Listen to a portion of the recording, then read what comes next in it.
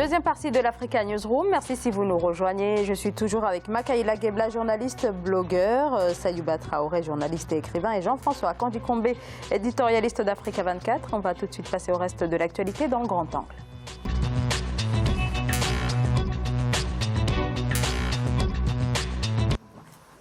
Au Tchad, les élections législatives vont-elles pouvoir se tenir cette année? Rien n'est moins sûr. Ces élections devaient se tenir normalement ce mois de mai. C'est sur fond de tensions entre pouvoir et opposition autour de la composition de la commission électorale que les autorités ont avancé une nouvelle date pour ces élections qui devraient avoir lieu à la fin de l'année. Sur place, c'est donc un climat préélectoral très tendu qui entoure des élections sans cesse repoussées depuis 5 ans. Voyez ce reportage de Mamat Ramadan et commenté par Nathalie Mo. Anticiper sur les crises post-électorales au Tchad, c'est le but d'une vaste campagne de sensibilisation des militants des organisations de la société civile qui se déroule du 1er au 14 mai 2019. Initiée par la Coordination nationale des associations de la société civile et de défense des droits de l'homme, cette campagne vise à sensibiliser au moins 2 millions des militants issus d'environ 120 associations et groupements professionnels sur l'observation des élections, la gestion des crises en période électorale et la cohabitation pacifique. L'objectif aussi est de faire passer un message de paix au peuple tchadien, parce que ces derniers moments, avec les réseaux sociaux, nous avons constaté qu'il y a beaucoup de casseurs. Mais en tant que société civile, nous ne voulons plus que ça répète. Nous avons connu nos guerres depuis presque 40 ans. Nous voulons à ce que le pays soit en paix. Pour certains observateurs, cette campagne contribuera à apaiser les tensions ravivées par les partis politiques à travers le pays et à garantir une issue pacifique aux prochaines échéances électorales qui s'annoncent déjà tendues. Nous ne pouvons pas aller dans des élections où il y aura des contestations, même au départ. Nous avons aussi des partenaires qui nous observent. Le Tchad n'est pas seul. Le Tchad est dans un cadre international et suivi. Et nous aussi, en tant que Tchadiens, nous voulons que ce que nous faisons, ce soit consensuel et que tout le monde l'apprécie et que nous allons vers les élections consensuelles, les élections acceptables. Pour rappel, les leaders de la société civile du pays se disent préoccupés par les contestations autour de la composition des membres de la Commission électorale nationale indépendante et appellent le chef de l'État Idriss Déby Itno à exhorter les partis politiques au dialogue. Alors, des élections reportées depuis 2015, Makaïla Gebla, comment comprendre tous ces reports depuis près de 5 ans maintenant, et de qui vient le blocage exactement? Merci Zara. Le blocage vient du président Déby personnellement. Vous savez, nous sommes dans un pays où c'est lui qui a le dernier mot. Tout à l'heure, on nous montrait des gens, des personnalités de la société civile. Je pense que ce sont des gens de la société civile qui sont proches du pouvoir en place, parce que les vraies organisations de la société civile ne sont jamais mobilisées pour effectivement faire des campagnes visant à l'organisation de tenue des élections législatives et communales. Donc le blocage vient du président Déby qui a, de façon unilatérale, a imposé à la tête de la CENI une personne qui était déjà son ministre. Cette personne qui est contestée par l'opposition démocratique, notamment la CPDC, et y compris les organisations de la société civile qui militent de manière vraiment pacifique et qui n'ont pas de moyens. Vous savez, aujourd'hui, si vous êtes des organisations de la société civile contestataires, vous n'avez pas les moyens, vous n'avez même pas de subvention de l'État. Donc, si on voit aujourd'hui, il y a une mobilisation qui s'est faite, c'est des gens qui sont très proches du pouvoir. Abdourahmane Djeznaba, qui était déjà un ministre des droits de l'homme à l'époque, aujourd'hui, il est à la tête d'une organisation très proche. Donc, je pense que tant qu'il n'y a pas une volonté réelle politique du pouvoir en place, on ne peut pas aller vers des élections législatives. Donc, la problématique se pose actuellement au niveau de la composition de cette CENI, où certains partis de l'opposition n'auraient pas droit d'y être représentés. Justement, c'est unilatéral et sans aucun consensus autour de la désignation même du président de la CENI. Ça, c'est un. De deux, le problème lié même effectivement au chef des files de l'opposition qui a été destitué, Salih Kebzabo, qui était chef des files de l'opposition, au sein même du CNDP, du cadre national du dialogue politique qui a été représenté aussi bien par la majorité et par l'opposition. On a l'impression que c'est quelqu'un de la majorité qui s'est imposé à la tête de ce cadre national du dialogue politique. Donc du coup, toutes les institutions sont infodées effectivement à la présidence, donc à la volonté du président de la République. Donc je pense qu'on ne peut pas aller dans une élection.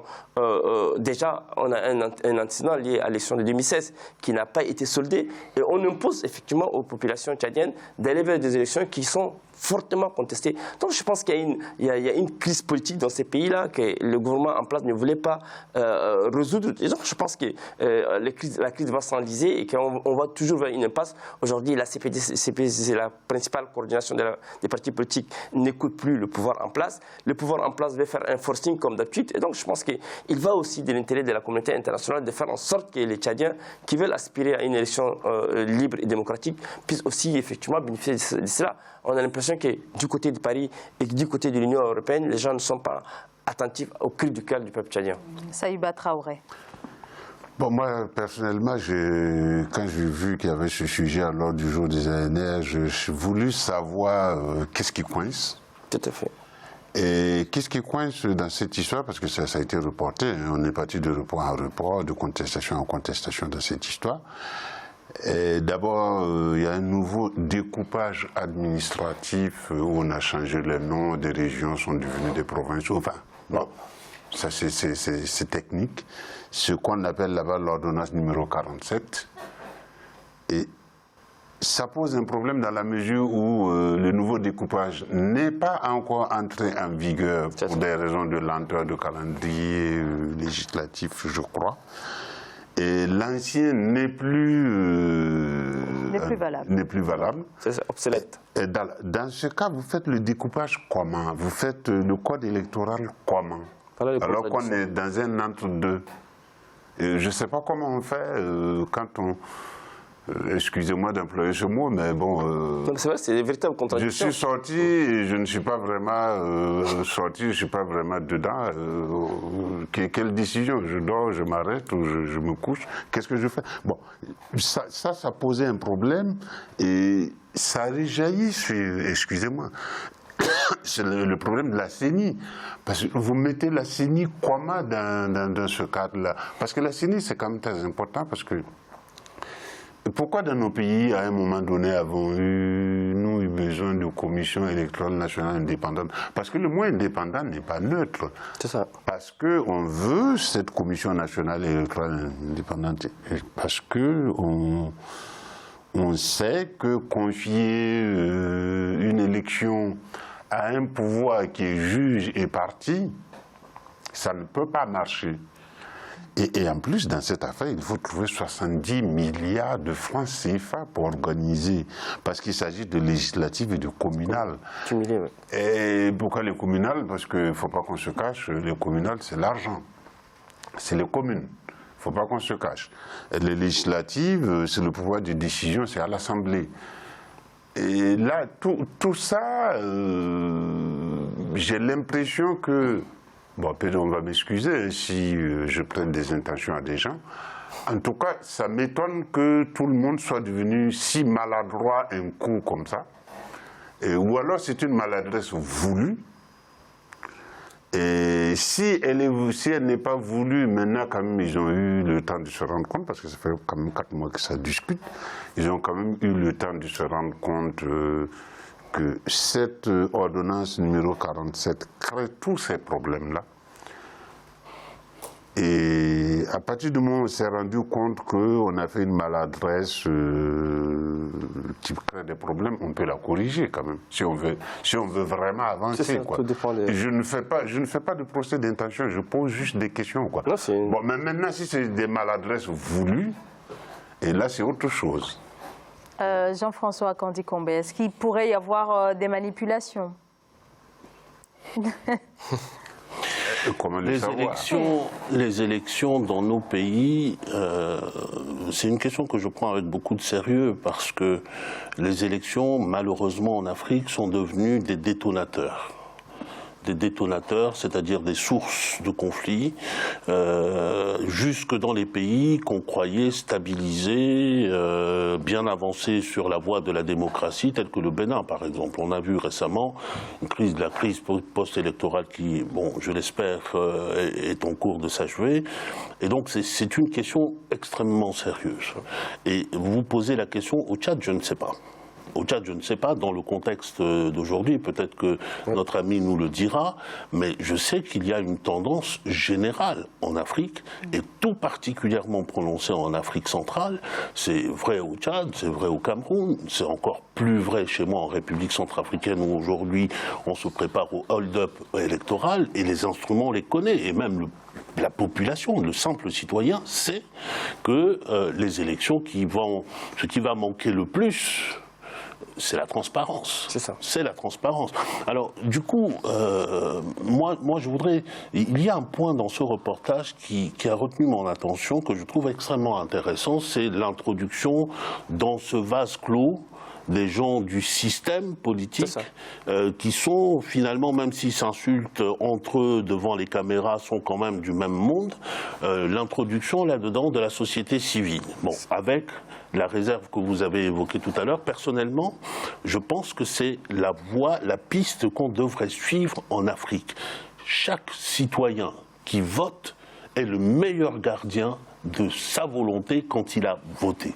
Et là, on a parlé de formation à l'observation électorale, mais je pense qu'il faudrait que nous, Africains, on réfléchisse à aller plus loin, et qu'à côté des mécanismes institutionnels que l'on a, à travers les commissions nationales, commissions électorales notamment, il faut commencer par là, dans les commissions électorales. Aujourd'hui, presque partout en Afrique, c'est un débat entre le pouvoir et l'opposition, c'est-à-dire entre les appareils. Pourquoi la société civile n'est jamais dans les commissions électorales? Pourquoi les autres acteurs n'y sont pas? Mais surtout, ce sur quoi, et j'aurais terminé, ce qui vraiment me touche dans ce reportage-là, c'est que nous, on devrait maintenant prendre notre responsabilité et dire c'est nous les citoyens après tout, c'est nous qui votons, c'est nous qui allons désigner le maire, et donc on va s'organiser. Et ça s'est fait notamment au Burkina Faso, on va s'organiser et puis on va voir les résultats, on les compte, et puis on assure la transparence, même en espérant ne pas arriver aux résultats qu'on a connus au Congo démocratique, c'est-à-dire, bon, vous connaissez. Justement, Saouba Traoré évoquait tout à l'heure les découpages administratifs. Les découpages au Tchad s'étaient faits sur des bases électoralistes, c'est-à-dire que le régime en place a réussi à découper les régions en fonction avec un penchant plutôt électoraliste qui d'un penchant avec plus d'objectivité.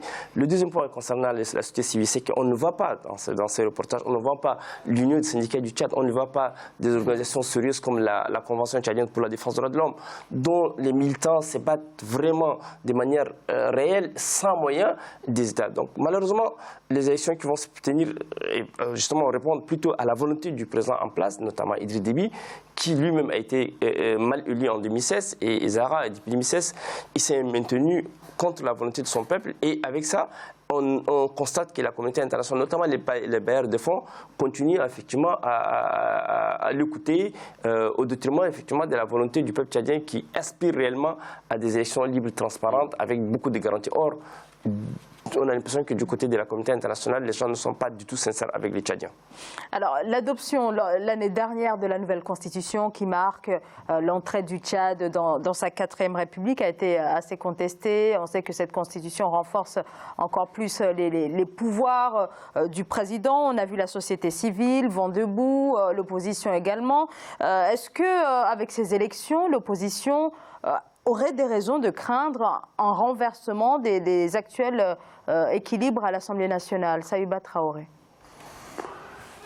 Moi, je suis un peu curieux quand j'arrive dans un pays, je veux voir les documents législatifs, en commençant par la Constitution.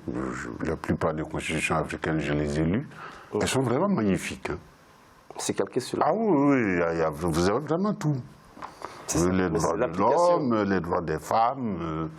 la limitation des mandats, vraiment il y a tout. Et ce sont des textes, c'est des cas d'école. Et différents. Mais maintenant, c'est l'application. Je viens au cas du découpage administratif. Un découpage administratif, c'est logique pour qui veut administrer un pays. Mais maintenant, comment je fais mon découpage administratif? C'est là que j'ai telle ethnie ou que j'ai telle religion qui m'est favorable. C'est ça. Et je sais que là-bas, je vais remporter la chose. C'est ça. Et je leur crois un député, 2, 3, 4 députés. et je découpe suivant mes intérêts. Électoraliste. Et cette région m'est un peu hostile. Bon, je vais faire un découpage où ils auront peut-être... Un député. Peut-être 700 électeurs ou même quel que soit le nombre de la population. On peut manipuler tout avec des ciseaux, de la gomme, des colle. On fait un travail magnifique. Alors, vous avez beau avoir la plus merveilleuse constitution, vous avez beau avoir une société civile combative, dans la mesure où on vous fait un découpage administratif pareil, vous êtes piégé, oui. C'est un piège. C'est un piège, oui. Vous ne pouvez pas gagner. Ce n'est pas possible. De deux. Et moi, je suis président. Ça veut dire que je suis chef des armées, chef de tout ce que vous voulez. Et vous avez beau avoir toute la bonne société civile, toute la combativité que vous voulez. Moi, je gagne une élection et je déclare que je l'ai gagnée. Et je fais un découpage de telle sorte que la CENI m'est acquise et que le découpage administratif m'est acquis. Vous pouvez faire ce que vous voulez. Hein. Jean-François Kandji-Kombe. Alors, vous avez évoqué tout à l'heure, Zahra, la question de la Constitution. C'est vrai que les constitutions, c'est des sortes de mirages. En Afrique, c'est des sortes de mirages de celui qui arrive dans le désert, il voit un magnifique oasis de l'autre côté, et puis il arrive et il n'a pas d'eau à boire.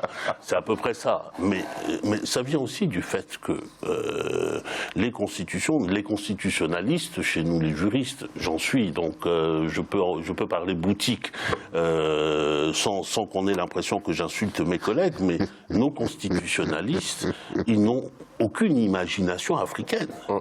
Ils vont chercher des textes ailleurs. Une constitution, personnellement, je considère que, s'il faut parler à nos téléspectateurs, une constitution, c'est un document qui dit plus jamais ça. Plus jamais ça. Nous avons eu tel problème dans notre société, on n'en veut plus, on va le régler comme ça. Nous avons eu tel problème, et par exemple, ce que vous évoquez tout à l'heure à propos des listes électorales, ce sont des questions, c'est vrai qu'on ne le trouve pas dans les constitutions ici en Europe, mais nous savons que chez nous, la question des listes électorales, la question des CENI, de tout ce qui entoure, il faut verrouiller ça à un moment ou à un autre, et arriver à un système où même en posant des règles tout à fait banales, vous n'avez pas le droit de modifier les listes électorales quand vous êtes au pouvoir. Ou quand vous prenez la loi électorale, vous ne pouvez pas la modifier.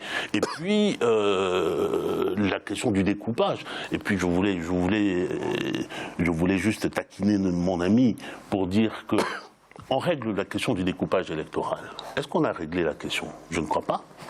On peut conserver un découpage simple. Administrativement, nous avons ici une région, cette région-là est une circonscription électorale. Bon. On se dit, c'est une belle... Et puis, il y a la permanence. Mais il ne faut pas oublier tous les mécanismes. Nous sommes devenus champions, nous devrions ouvrir des universités de fraude électorale. Il y a des mécanismes de fraude électorale, même lorsque nous avons les meilleures lois électorales, même lorsque nous avons les meilleures... Mais je ne parle pas spécialement du Tchad, là, parce que je ne connais pas, mais notre ami vous le dira. On va marquer une très courte pause et on se retrouve dans quelques secondes. À tout de suite.